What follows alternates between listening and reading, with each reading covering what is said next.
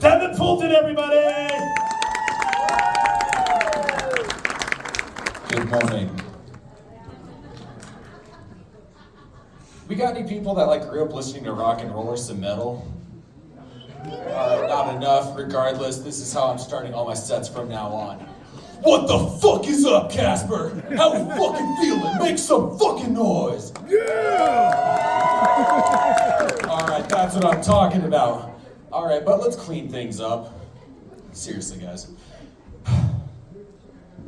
So I work that white collar life, so if anyone here in the crowd in any capacity works with me or anything, just know that you being here is you agreeing to an NDA agreement that you are just not going to talk shit about me at work from now on. And I even brought my lawyer here, so my lawyer, please make some noise. All right, thank you so much. I rented my lawyer off of Temu, so that saves my ass. But yeah, working that white collar life, it's a real deal, and I was blue collar back in my day.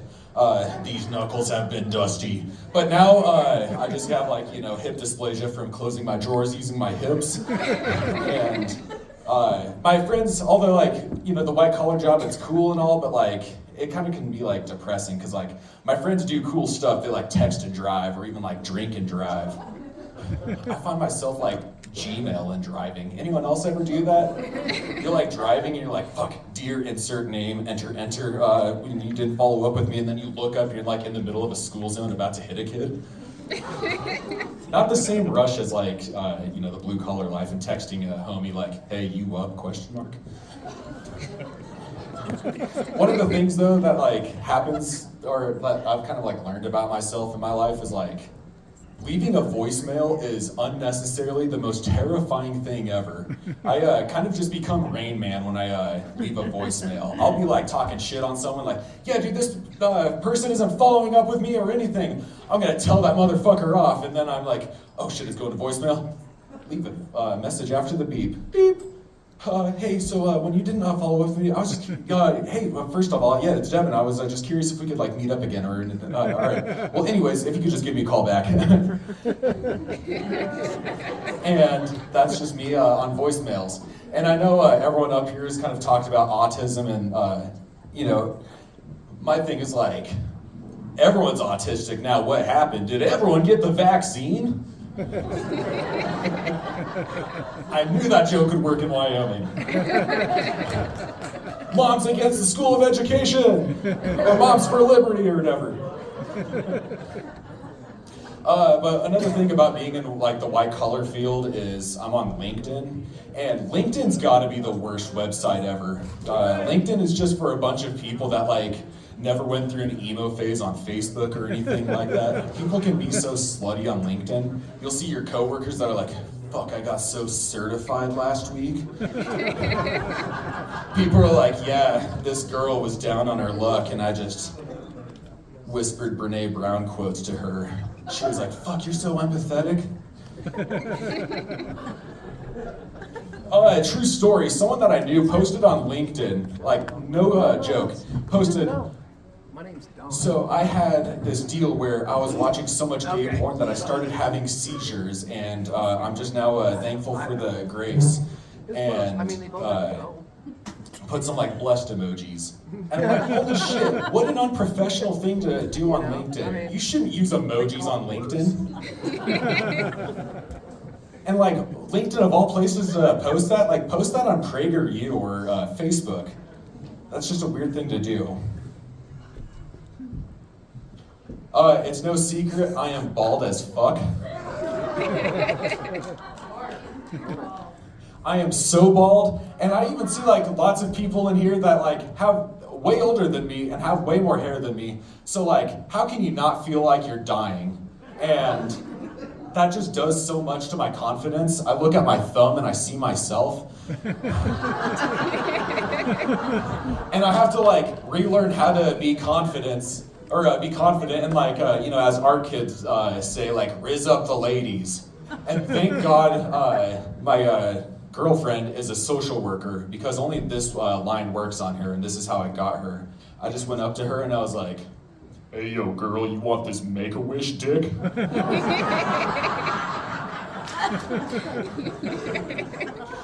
I'm gonna try a sick hat trick really quickly.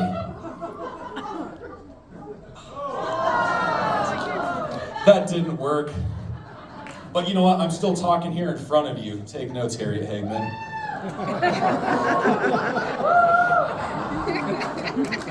When you upset people, you still should face the music. Anyone here ever play Grand Theft Auto Vice City? She used the cheat code. She was like, fuck, they're pissed off at me. L1, L2, R1, R2, left down, right up, left down, right up. It just unlocked invisibility to do her press conferences. So, funny story about this hat. I always get that question, and everyone's like, did you make this hat? Did you buy it? And neither. I crafted this shit. So, I got my hella sick Heelys on, and of course, 4-wheelie mode, and I went into the forest and hit an elf bar and just blew the sickest cloud of smoke onto a rock, and then hat part 2 appeared. So, great question. So that leads me into my next bit, not really, but there's just so much shit going on in the world, and you know, anyone here ever microdose to just kind of get through life? With all the shit going on in the world, I have to microdose Miralax. Intense stuff. And I just gotta say, like, there's just so much shit going on in the world, but there's always like tragedy after tragedy.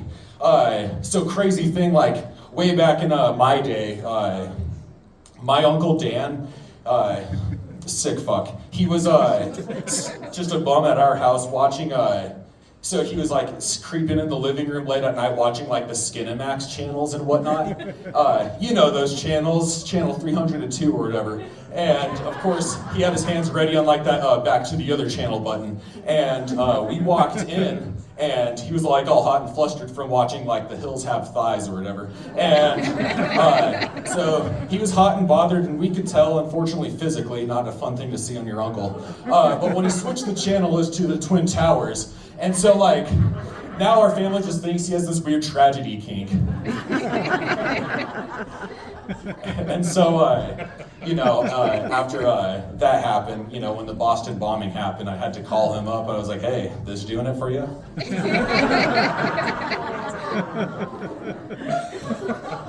I was driving on I-25 last weekend, and like, I've lived in Wyoming my entire life, but I forget like just how fucked up the wind can be when you're driving on the interstate. First of all, I love driving past Douglas because there's that billboard that's like, this much fentanyl kills someone, and it's like a penny. What I love is the penny is the size of a billboard, so I was like, that's a lot of fentanyl. Are they insinuating that we're just pussies that can't handle our shit? And also, there was a fire watch 2 days ago. Have you seen this? Have you heard of this? And I love those like Smokey Bear signs because it's like only you can stop it, which is like I guess true and whatnot because they keep laying us off. But what I hate about it is like Smokey Bear's dressed up like a fuckboy that's here to steal your girl. He's only got jeans on and that's it. So when I'm driving with my girl, I'm like, psh, look at this douchebag. Wear a button up or something.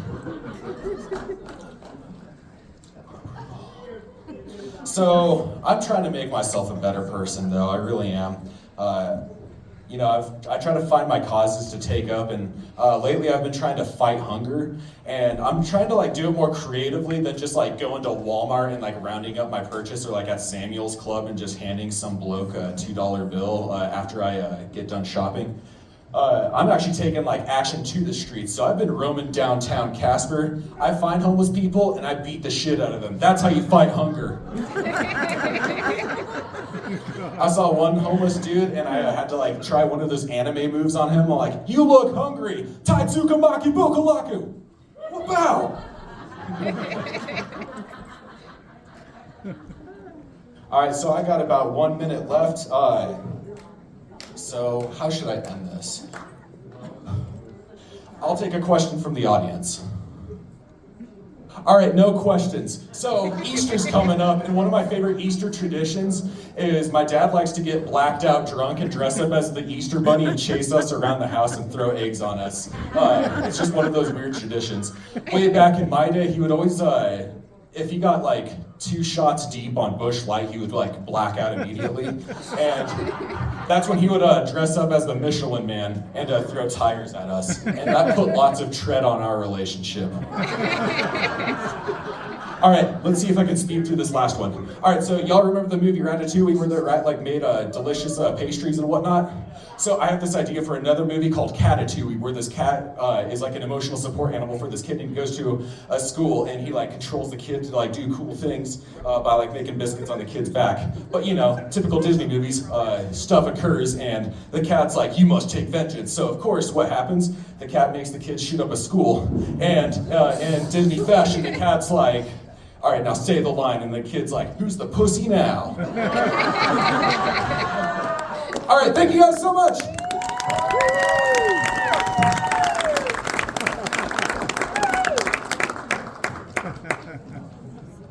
Give it up for Devin Fulton, everybody.